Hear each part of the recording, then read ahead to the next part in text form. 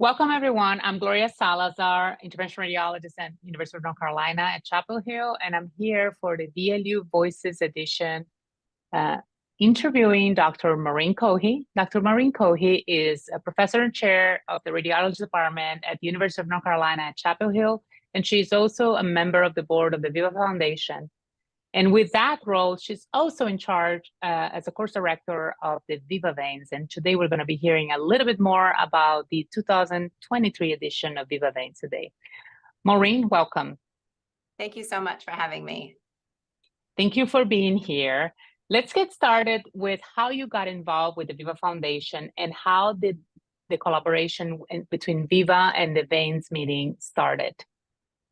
Well, thank you for that. I had gone to VIVA as a junior faculty and mid-level faculty and really enjoyed the multidisciplinary format of the meeting. And during the paclitaxel controversy, I was asked to present at the Vascular Leaders Forum, the VLF, and in the past, I had presented my research at the VIVA meeting. The VLF was just such an incredible, special opportunity to meet some of the board members and just the mission of VIVA, trying to spread as much education, cutting edge education about the field of vascular disease. I was very honored to be asked to join the board in 2020 and have been a member since. And I'm currently the chair of the Veins meeting. With respect to Veins, which stands for Venous Endovascular Interventional Strategies, so that's the VEINS of it.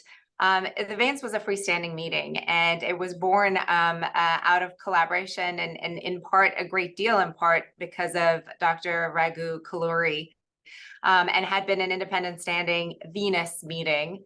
The VIVA board, which was responsible for the VIVA meeting, which was predominantly arterial work, found that as the world of venous diseases and intervention was expanding, they wanted a partner to collaborate, and who better than Raghu Kalluri. So in 2015, he was approached, and the Veins meeting and VIVA came together, such that the Veins was the first 2 days of the meeting and overlapped slightly with the VIVA meeting, but it's sort of the beginning of this cutting edge multidisciplinary approach to vascular education. On the Veins side, it's exclusively on venous disease and intervention.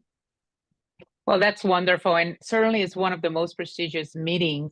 As far as I know, when I was a fellow and all of us wanted to attend, and of course the meeting has evolved and it had maintained its value and not only for the trainees, but I think also for the interventionalists. But in case somebody have not attended VIVA meetings yet, can you give us a reason for attending the VIVA meeting this year, particularly the Veins portion?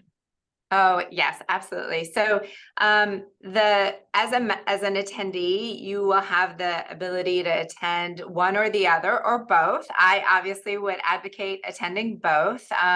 The Veins meeting begins on the Saturday in the afternoon, so you can get in Friday night, enjoy Las Vegas, and it's also in Las Vegas, or sleep in on Saturday and start the afternoon with us at the Veins.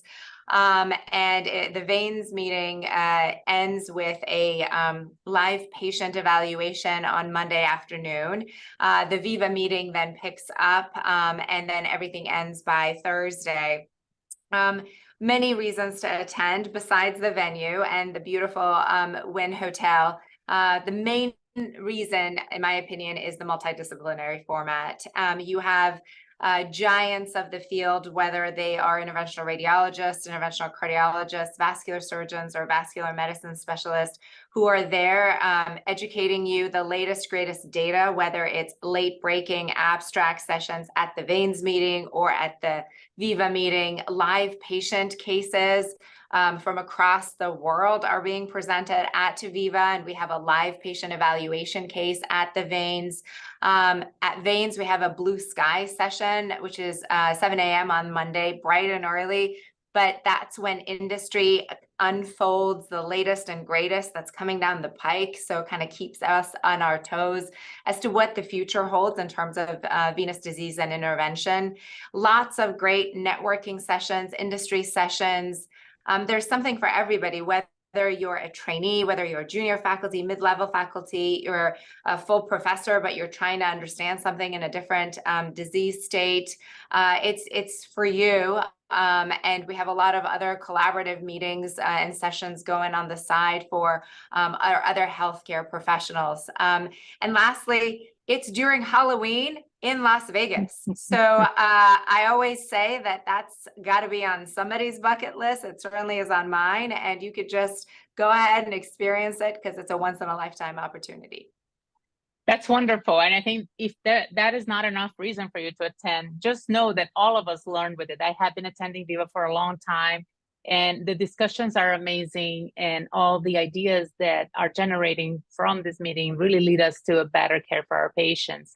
So with the last question being specific to veins, this is going to be in October. There had been a lot of things happening this whole year and even previous years. What can we expect at Viva for discussions? What are the hot topics in venous disease that will be addressed at Viva? Well, I think we're going to do a great job of reviewing just the bread and butter as it applies to superficial venous insufficiency and disease, deep venous interventions, PE, and a lot of the conversations and complications that surround those. I think hot topic right now is PE. There's a lot of clinical trials in the world of PE, NIH funded, industry funded, randomized, single arm. So that's going to be a great focus of discussion.